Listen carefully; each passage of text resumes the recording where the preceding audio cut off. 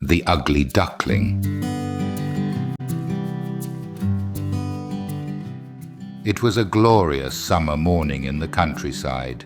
Golden wheat swayed gently in the breeze, and up on the barn roofs the stork chattered merrily in a language that only she understood. Surrounded by wide fields and tall woods, there was an old pond where life drifted by quietly and happily. At the pond's edge, hidden among reeds and lilies, sat a nest where a duck mother was eagerly awaiting her ducklings. The eggs began to crack one after another, and the little ones poked out their tiny heads. "Quack, quack," called the mother duck. "Quack, quack," replied the ducklings, gazing around in wonder. "How big the world is!" they exclaimed, thrilled to have far more space than inside their shells. "Do you think this is the whole world?" their mother asked with a smile. "Well, you're mistaken. The world is much bigger, even beyond the vicar's meadow, though I've never gone that far myself." Yet one egg was still to hatch, the largest of them all. Mother Duck was growing impatient. "How much longer will this egg take?" Just then, an old duck came to visit the nest. "How's everything going?" she asked curiously. "This big egg simply won't open." The mother answered, a little flustered. "But look at the others, the prettiest ducklings in the world. They all take after their father." "Let me see that stubborn egg," said the old duck, shuffling closer. After inspecting it carefully, she added, "I don't believe that's a duck's egg. The same thing happened to me once, and I never got that brood to swim properly." "I've waited this long, so I may as well wait a bit more. It may be different, but it'll still be one of ours." The next day, beneath a clear blue sky, the last egg finally began to crack. "Peep, peep," came a faint voice from inside, and soon a large, rather awkward duckling struggled free of the shell. "Goodness, how big and odd he is," remarked the mother, looking him over in surprise. This duckling looked nothing like his brothers and sisters. He was bigger, clumsier, and a dull grey, lacking the bright yellow of the others. Yet deep down, the mother felt there was something special about him. "Never mind. He's different, but he's my child, and I love him just the same." The following day, the mother led her brood to the water. One by one, they splashed in behind her, squeaking with delight. "Quack, quack, come along, my dears. It's time to learn to swim." All the ducklings followed their mother, even the big grey one. But the other pond creatures soon noticed the difference. "Look at that duckling. He's ever so ugly," they muttered among themselves. Despite the disapproving whispers, Mother Duck stood up for her duckling. "Leave him be. He's different, but that doesn't make him any less important. Besides, who knows, what's different today might be special tomorrow." With that lesson in love and acceptance, the ducklings kept on swimming, exploring the wide pond under their mother's watchful eye. As the days passed, the big grey duckling felt lonelier and lonelier. Though his mother loved and protected him, the other ducklings and pond animals never stopped teasing him about his appearance.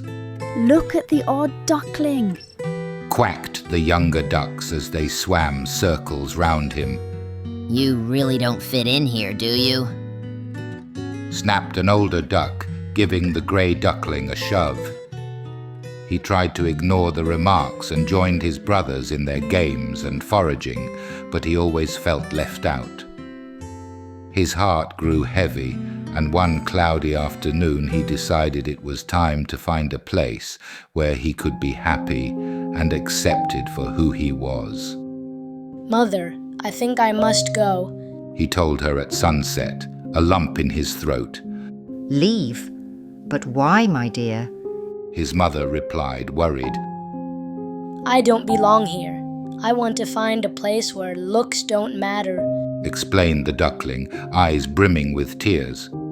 I know it's hard, but remember you'll always be special to me, said his mother, giving him a gentle nudge with her bill. So, with a heavy heart yet full of hope, the duckling left the pond. He travelled through meadows and fields beneath a sky that seemed to share his sadness, darkening with rain-laden clouds. On his journey he found several places that looked promising, but everywhere he met with disdain or indifference. At a small stream, a flock of wild geese stared at him in surprise. Who are you, and why are you so gray? They honked, keeping their distance. I'm a duck, I think, and I don't know why I look like this. May I stay with you? The duckling asked, hopeful. Sorry, friend, but you don't fit in with us, said the lead goose, and with a loud beating of wings the flock flew off. The duckling journeyed on, ever more disheartened. As winter drew near, he found a frozen lake where he decided to shelter. It was a lonely, icy place, yet here solitude did not feel like rejection.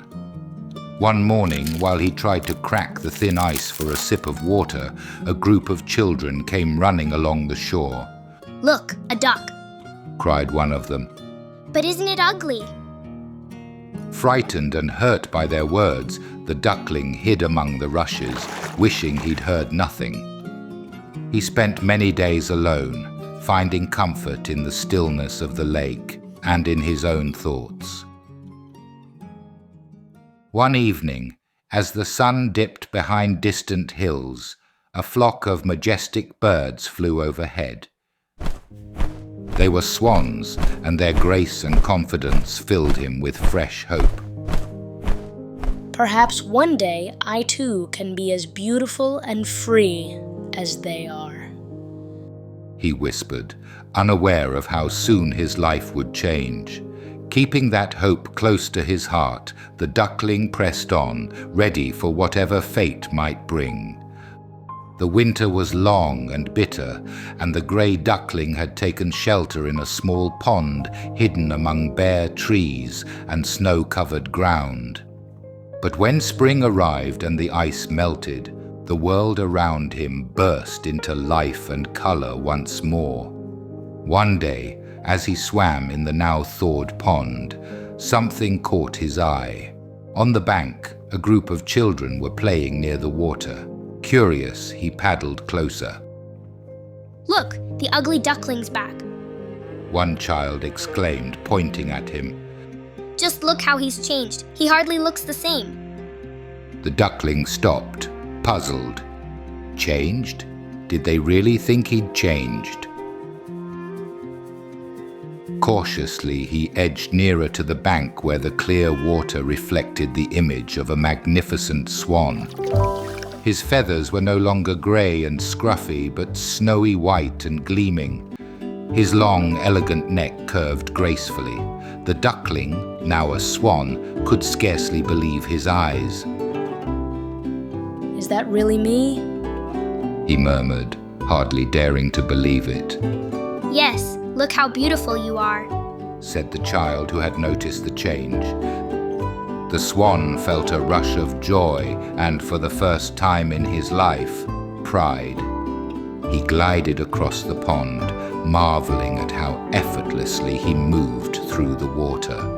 Soon other swans approached, greeting him with gentle sounds. Are you new here? Asked one swan in a friendly tone. Yes. Answered the swan, still thrilled. I've been traveling on my own for a very long time.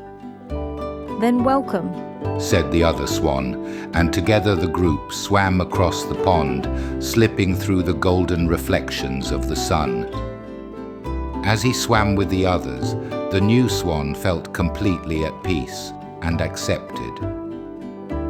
He remembered all the trials and sorrows he had faced, and how those hard moments had led him here. Every jeer, every rejection, every lonely hour had been part of a journey that had transformed him, not only on the outside, but within. Looking at his reflection once more, the swan realized that true beauty had been inside him all along, waiting for the right moment to shine.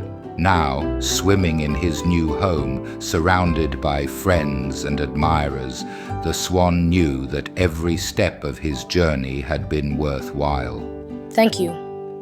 He said simply, feeling deep gratitude for every experience.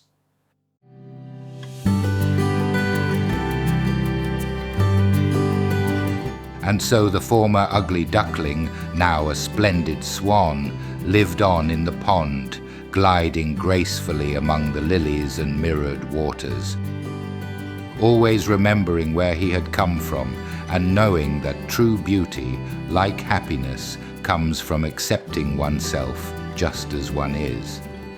And that is all for the moment. Till the next tale.